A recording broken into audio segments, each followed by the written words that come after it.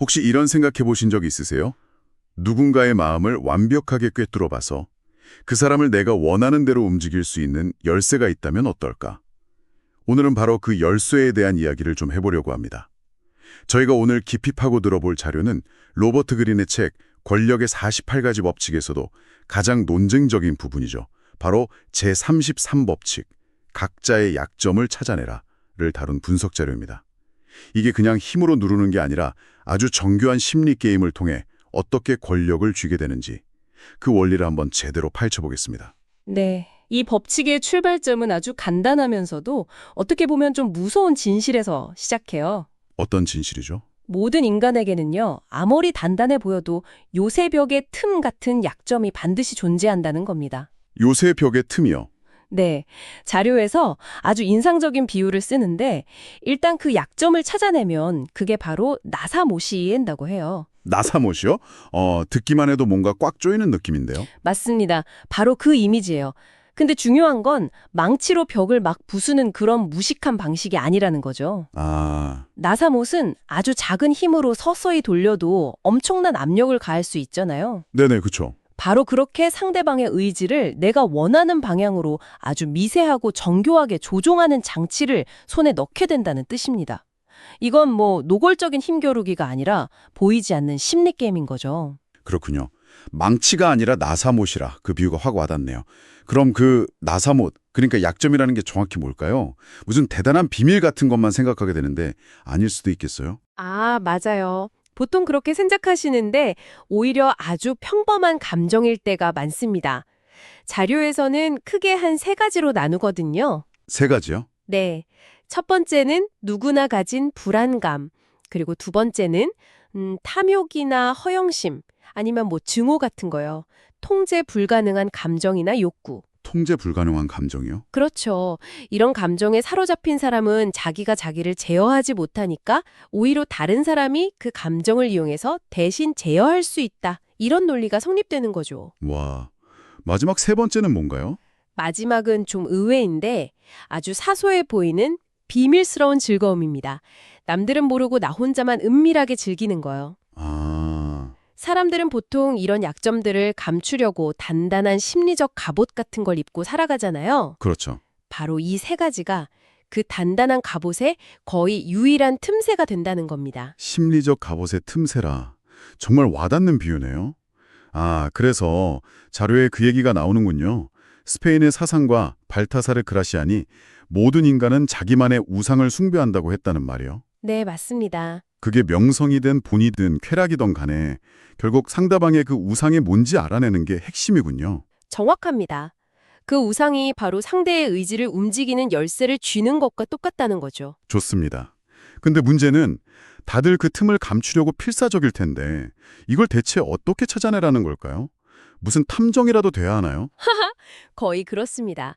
자료에서는 권력자는 심리학의 달인이 되어야 한다고까지 말하면서 거의 탐정 수준의 구체적인 기술 5가지를 제시해요. 오, 5가지나요? 네. 첫 번째는 프로이트 말을 인용하는데 이게 정말 소름이 돋아요. 무의식적인 신호를 관찰하라는 겁니다. 어떤 인간도 비밀을 지킬 수 없다. 입술이 침묵해도 손가락 끝으로 제잘거린다. 와, 손가락 끝으로 제잘거린다니 무심코 하는 손짓이나 말투의 미세한 변화 같은 걸 절대 놓치지 말라는 거군요. 바로 그거죠. 두 번째는 더 평범해 보이지만 아주 강력한 방법이에요. 바로 대화에 귀를 기울여라. 대화요? 네, 일상적인 대화가 약점을 캐낼 수 있는 풍부한 광산이라는 표현을 쓰더라고요. 근데 여기서 핵심은 내가 말을 많이 하는 게 아니에요. 아, 그럼요. 그냥 공감하면서 들어주는 척하는 것만으로도 상대방을 방어막을 내리고 스스로 속내를 털어놓게 된다는 겁니다. 들어주는 척이라니. 정말 목적이 분명하네요. 근데 만약 상대가 입을 꾹 다물고 있으면 어떡하죠? 그럴 때 쓰는 세 번째, 아주 교활한 기술이 있습니다. 프랑스의 외교관, 그 탈레랑이 즐겨 썼다는 거짓 성실함을 이용하는 방법입니다. 거짓 성실함이요? 네, 내가 먼저 비밀을 털어놓는 거예요. 물론 완전히 지어낸 가짜 비밀이죠. 아, 진짜 비밀이 아니고요? 그렇죠. 사실 저는 하면서 내 약점을 고백하는 척하면 상대방은 심리적으로 뭔가 빚을 졌다고 느끼거나 당신을 신뢰하게 돼서 보답으로 자신의 진짜 비밀이나 약점을 슬쩍 내비치게 된다는 겁니다. 세상에. 이건 정말 고도의 심리전이네요. 가짜 비밀로 진짜 비밀을 낚는 거잖아요. 그렇죠. 나머지 두 전략은 좀 더 분석적인데요. 네 번째는 대조되는 특징을 찾아라는 겁니다. 대조되는 특징이요? 겉으로 막 과장되게 드러내는 특징은 종종 그 반대의 것을 숨기기 위한 위장일 수 있다는 분석이에요. 예를 들어서 유난히 막 허세를 부리고 목소리 높이는 사람 있잖아요. 네, 있죠. 사실은 내면에 깊은 불안감이나 겁이 많은 사람일 수 있다는 거죠. 또 겉으로는 누구보다 엄격한 청교도처럼 행동하는 사람이 뒤로는 방탕한 쾌락을 좇고 있을 수도 있고요. 일종의 과잉 보상 행동의 패턴을 읽어내는 겁니다. 잠깐만요. 그럼 마지막 5번째 전략은 뭔가요? 이게 제일 흥미롭다고 하셨던 것 같은데. 이건 정말 관점의 전환을 요구합니다. 가장 약한 고리를 찾아라는 건데요. 약한 고리요? 보통 우리는 권력 구조의 맨 위에 있는 사람, 뭐 왕이나 CEO를 직접 공략해야 한다고 생각하잖아요. 그렇죠. 당연히 그래야 하는 거 아닌가요? 이 법칙은 아니라고 말합니다. 그 사람을 직접 공략하는 건 비효율적일 수 있다는 거예요. 그럼 누굴? 대신 그 배후에서 막강한 영향력을 행사하는 사람, 예를 들면 왕의 조언자나 사장의 총애를 받는 비서, 심지어는 그의 아내나 어머니 같은 약한 고리를 찾아내라는 겁니다. 와, 이들이야말로 주인의 감정과 의지를 움직이는 보이지 않는 조종자일 수 있기 때문이죠. 그건 정말 의외인데요. 권력의 핵심이 아니라 주변부를 노리라니? 그게 왜 더 효과적이라는 거죠? 왜냐하면 핵심 인물은 늘 방어태세를 갖추고 경계하지만 주변 인물들은 상대적으로 무방비 상태일 가능성이 높거든요. 아, 그렇겠네요. 그리고 그 주단 인물의 마음을 얻거나 약점을 잡으면 그들을 통해서 핵심 인물에게 훨씬 더 자연스럽고 강력하게 영향을 미칠 수 있게 되는 거죠. 직접 문을 두드리는 게 아니라 뒷문 열쇠를 가진 사람을 포섭하는 것과 같아요. 알겠습니다. 들어보니 이 5가지 전략들이 그냥 단편적인 기술이 아니네요. 이 모든 게 모여서 하나의 거대한 그림을 만드는 느낌이에요. 이 33법칙이 권력의 48가지 법칙 전체에서 차지하는 위치는 뭔가요? 정확히 보셨습니다. 이 33법칙은 단독으로 존재하는 전략이 아니라 책 전체를 관통하는 마스터키와 같다고 자료는 분석합니다. 마스터키요? 네, 이 책의 핵심 철학이 결국 간접적인 통제와 기만이거든요. 겉으로는 고결하고 품위 있어 보이지만 물밑에서는 완벽한 조종자로 행동해야 한다는 거죠. 마스터키라. 그럼 다른 법칙들과 구체적으로 어떻게 연결이 되는 건가요? 모든 문을 다 여는 열쇠처럼 작동한다는 뜻인가요? 네, 그렇습니다. 예를 들어서 제14법칙, 친구인 척하며 스파이처럼 행동하라. 이걸 한번 보죠. 네. 이건 약점을 찾기 위한 아주 구체적인 행동 지침이 되는 거예요. 즉, 14법칙을 통해서 상대에게 접근하고 정보를 수집해요. 그리고 33법칙을 통해서 그 정보, 즉 나사못을 어떻게 활용할지 결정하는 구조인 거죠. 아, 14법칙이 정보 수집 단계라면 33법칙은 그 정보를 무기로 만드는 단계군요. 또 다른 예시도 있을까요? 제31법칙, 선택지를 통제하라와는 정말 소름 돋게 연결됩니다. 상대의 선택지를 효과적으로 통제하려면 그의 가장 깊은 곳에 있는 약점을 알아야만 하거든요. 아, 그 자료에 나온 추기경 드레츠 사례가 딱 그거겠네요. 그 우유부단한 오를레안 등작 이야기요? 맞습니다. 드레츠는 그 공작의 치명적인 약점이 결정장애랑 공포심이라는 걸 정확히 꿰뚫어 본 거죠. 네네. 그래서 그에게 선택지를 줄 때 자신이 원하는 선택지 딱 하나를 빼고 나머지 모든 길은 위험하고 끔찍한 심연으로 이어지는 것처럼 보이게 만들었어요. 와, 공작의 그 공포심이라는 나사못을 계속 조여서 다른 생각을 아예 할 수 없게 만든 거죠. 정말 무서운 전략이네요.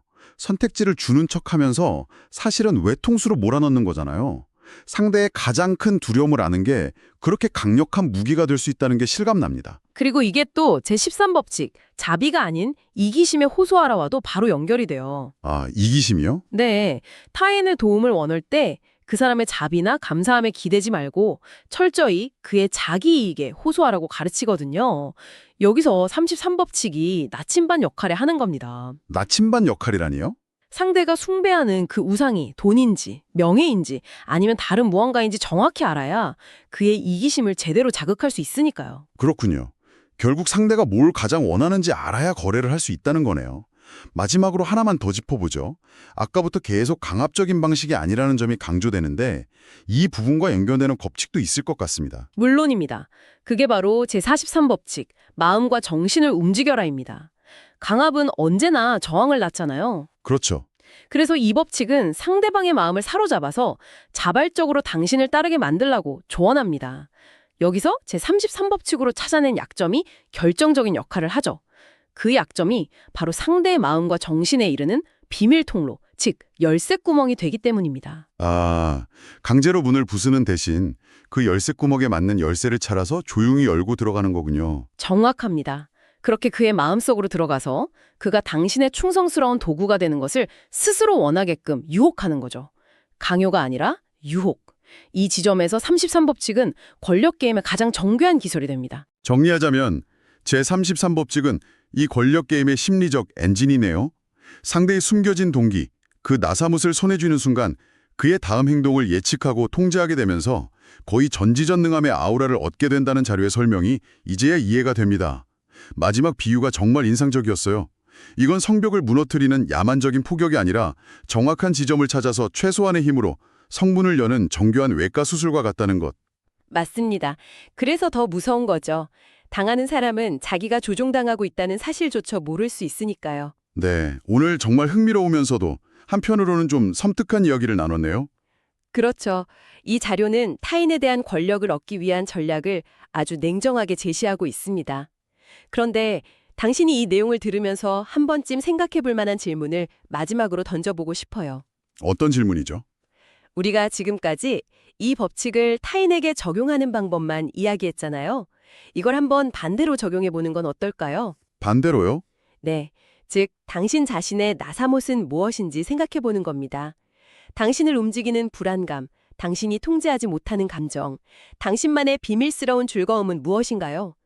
어쩌면 자신의 약점을 먼저 정확히 이해하고 인정하는 것이야말로 이 무서운 권력 게임에서 스스로를 지키는 최고의 자기방어술이 될 수는 없을까요? 누군가 당신에게 바로 이 33법칙을 적용하려고 할 때 그 허점을 미리 막을 수 있는 유일한 방법일지도 모릅니다.